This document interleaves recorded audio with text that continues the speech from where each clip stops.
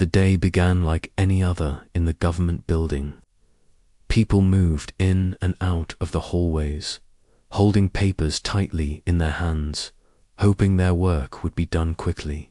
Some looked stressed, some annoyed, and some simply tired from standing in long lines. In the middle of this busy atmosphere, a quiet woman stood patiently, holding a thin folder close to her chest. She wore simple clothes, nothing fancy or loud.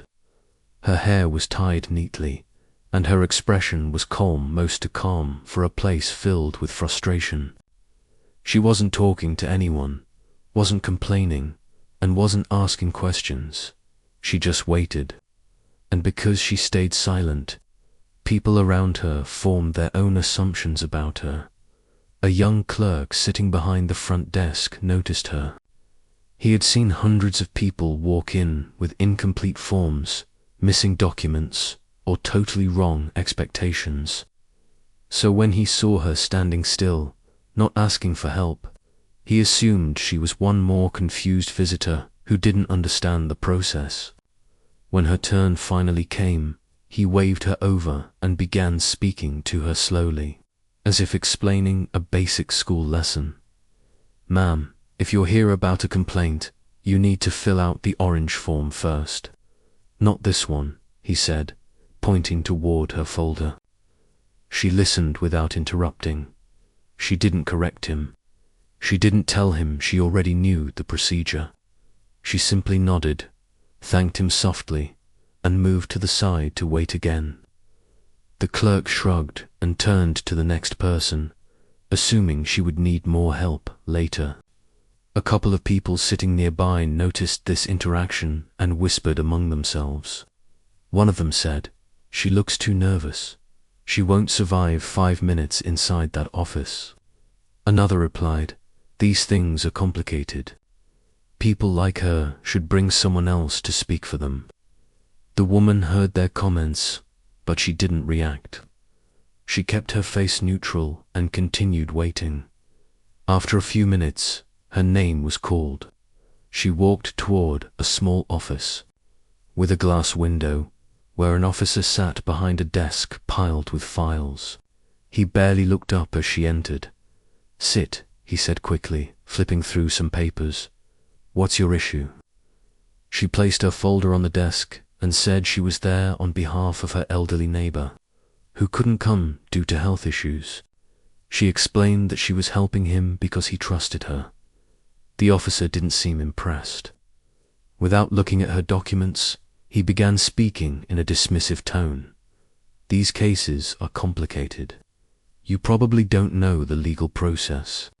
You should have brought someone who understands the system." Again, she didn't argue. She simply said, "I understand, but I have the necessary papers here. I just need you to review them." Instead of taking the papers, he pushed them slightly aside and said, "No, no. Listen, these types of disputes rarely get solved. And honestly, most people who come here don't know what they're doing. I don't want you wasting time." She folded her hands in her lap and looked at him quietly. Her calmness seemed to irritate him even more, as if he wanted her to react. He continued talking over her, correcting her statements, interrupting her whenever she tried to explain something, and refusing to listen to her full sentences. Every time she tried to point to a page in her folder, he waved his hand dismissively. Outside the office, a few people waiting for their turn had a clear view of the room through the glass panel. They could see the officer leaning back in his chair, raising his voice slightly and acting like he knew everything. They could also see the woman sitting straight, hands folded, speaking only when necessary. One person whispered, "Poor woman. The officer won't give her a chance." Another added, "She looks too gentle. She won't be able to argue with him. He's going to reject her request." But she didn't look defeated. She just looked patient. After almost 15 minutes of the officer's one-sided explanations and dismissals, she gently pushed the folder toward him again and said, Sir, I understand what you're saying, but I still request you to read the documents before taking any final step. He laughed lightly, not in a cruel way, but in a way that showed he didn't think she knew anything. Believe me, he said, even if I read them, it won't change much. These forms are usually filled incorrectly, and you need proper credentials to file an objection. You don't have those. She leaned back slightly, her expression unchanged. Then she asked very politely, "So you're saying you're making a decision without reviewing the documents?" He shrugged. "I've seen enough cases to know how these things go. If you want, you can bring someone knowledgeable next time." She took a slow breath and reached for her bag. For the first time since she entered the building, there was a tiny shift in her expression, a hint of firmness behind her calm eyes. "I see," she said softly. "In that case, I should notify you that I'll be submitting a written objection today, and my credentials will be attached." He didn't take her seriously. He raised an eyebrow and said, "Credentials? From where? Look, this isn't about fancy titles. This is about legal knowledge." She didn't respond immediately. Instead, she carefully opened her folder, the same folder he had ignored for the past several minutes. People outside leaned closer to the glass, sensing something unusual. The officer sighed loudly, clearly expecting another incorrect form or misplaced signature. "Let me guess, you downloaded a template from the internet?" he asked sarcastically. The woman didn't react to his comment. She simply said, "Before I proceed with filing anything, I think it's important that I identify myself properly." Her voice was come to calm. It made the officer pause for a moment. She reached inside the folder and pulled out a small identification card, holding it gently between her fingers. She didn't slam it on the desk, didn't wave it dramatically. She just placed it in front of him. Life in the room seemed to slow down. The officer glanced at the card, expecting to see something ordinary. He didn't. His eyes froze. The room outside remained noisy, filled with murmurs and footsteps, but inside that small office, everything suddenly felt still. The officer blinked, as if he couldn't believe what he was seeing. He lifted the card closer to his face. His throat dried. His posture changed instantly. Meanwhile, the woman remained silent, watching him with the same calmness she had from the moment she walked in. He looked at her again, this time with wide eyes. She didn't say anything yet. She didn't need to. The air around them changed, and the people watching through the glass sensed something had happened, though they couldn't hear the words. The officer finally whispered, "You're." The woman simply nodded once, and that was the moment everyone realized they had completely misjudged her from the start. The small office felt different now. A few seconds earlier, the officer had been relaxed, leaning back, speaking in a tone that suggested he had all the authority in the room. But after reading the card the woman placed on the table, his posture straightened so fast that even the people watching from outside noticed it. His voice, which had been loud and confident before, suddenly softened. He struggled to find words, his breath slightly uneven. I didn't realize," he whispered, still staring at the card. The woman didn't gloat. She didn't smile or act superior. She simply sat calmly, as if nothing unusual had happened. She waited for him to gather himself, not rushing him or making him feel worse. Her silence carried a quiet strength he had overlooked completely. For the first time, he truly looked at her, not at her simple clothes, not at her quiet nature, but at her as a person. "It's all right," she said softly. "Please review the documents now." He nodded quickly, almost too quickly, and reached for the folder he had pushed aside earlier. He adjusted his glasses and opened it carefully, as if the papers were something fragile. People outside kept trying to peek through the glass, curious about the sudden shift in atmosphere. The officer flipped through the pages. The documents were neatly arranged, labeled, and supported with the correct references. Everything was in perfect order. His embarrassment deepened. He cleared his throat and said, These are well prepared." She simply nodded. He continued reading, occasionally stopping to check the ID card again to make sure he wasn't imagining things. The seriousness on his face grew with every page he read. "You've attached the correct citations, the relevant legal notes, and supporting evidence," he said slowly. This is exactly what we need to proceed." The woman remained quiet, letting him process everything after a few more minutes. He looked up and said, "I want to apologize for earlier. I should not have made assumptions." Her expression remained gentle. "It happens," she replied calmly. "People don't always know who they're speaking to." He nodded, guilt spreading across his face. "Still, I spoke to you in a way I shouldn't have." She didn't scold him. Instead, she said something that surprised him even more. "I understand your job is stressful. You deal with many people every day. But sometimes, giving someone a chance to speak can save both sides a lot of time." He lowered his eyes, ashamed. "You're right, and I should know better."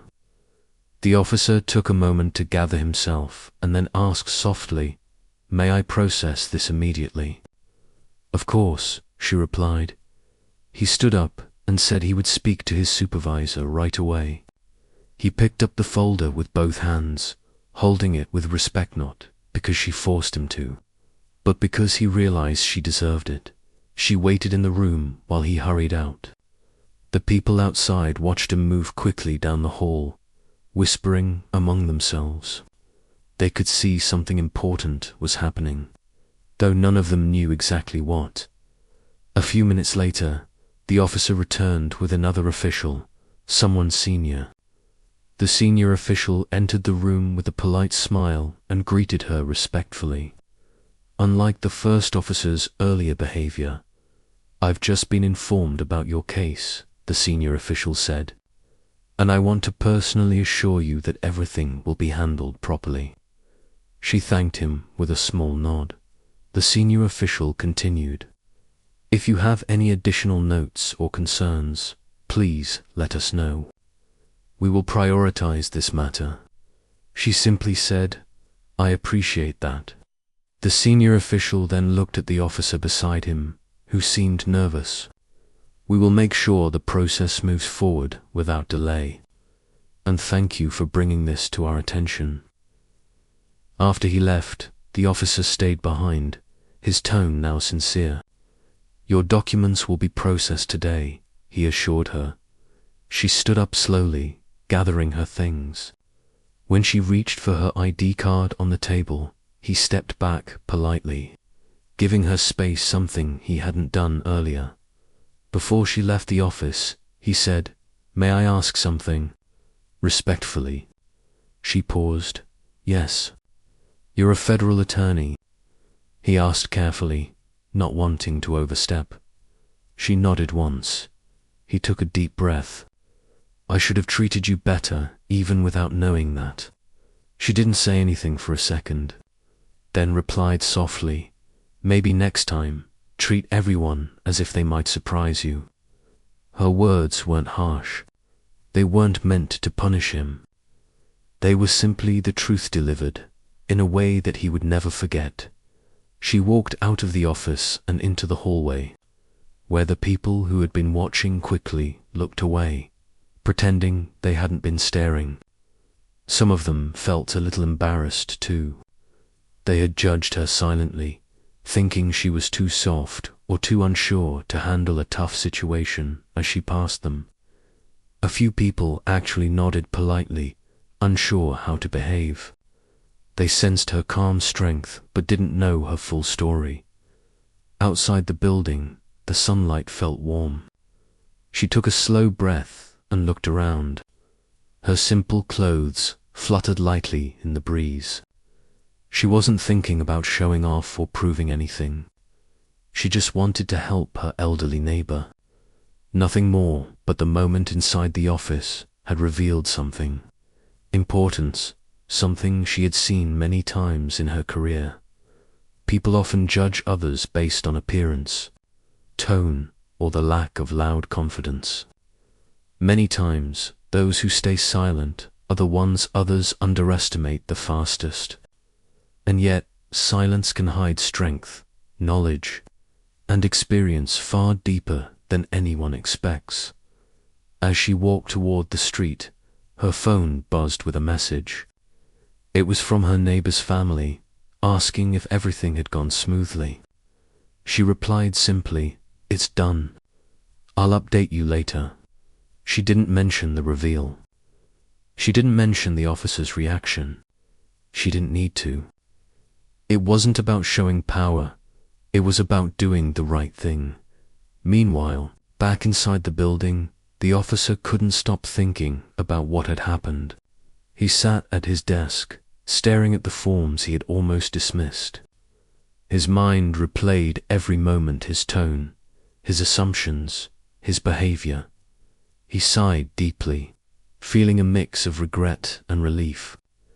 Regret because he had misjudged her. Relief because she had shown patience instead of anger. If she had chosen to file a complaint about his behavior, he knew he would be in serious trouble. He whispered to himself, "I won't repeat this mistake." Even the people in the waiting area whispered to each other after she left. "Did you see the way the officer changed? Who was she? I think she showed some official ID. Wow, we completely misread her." Word spread through the hall quietly.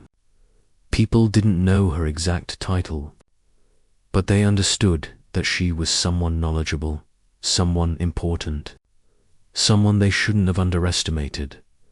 The officer completed her paperwork faster than he ever had for anyone.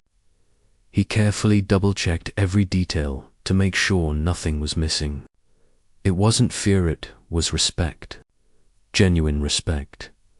Later that afternoon, the senior official stopped by his desk and said, "She handled that with grace. You should take that as a lesson." The officer nodded, humbled. "I will." Outside, the woman continued her walk, blending into the crowd on the street just like before. No one would guess her profession by looking at her. She didn't need to dress loudly or speak forcefully. Her calm voice carried enough weight. She crossed the street slowly, her steps relaxed, her mind peaceful. The world around her kept moving, cars, honking, people talking, shops opening and closing. But she felt steady, aware of her purpose. Her silence earlier that day wasn't weakness. It was patience. A patience that revealed its power at the right moment, and everyone who saw that moment would remember it for a long time.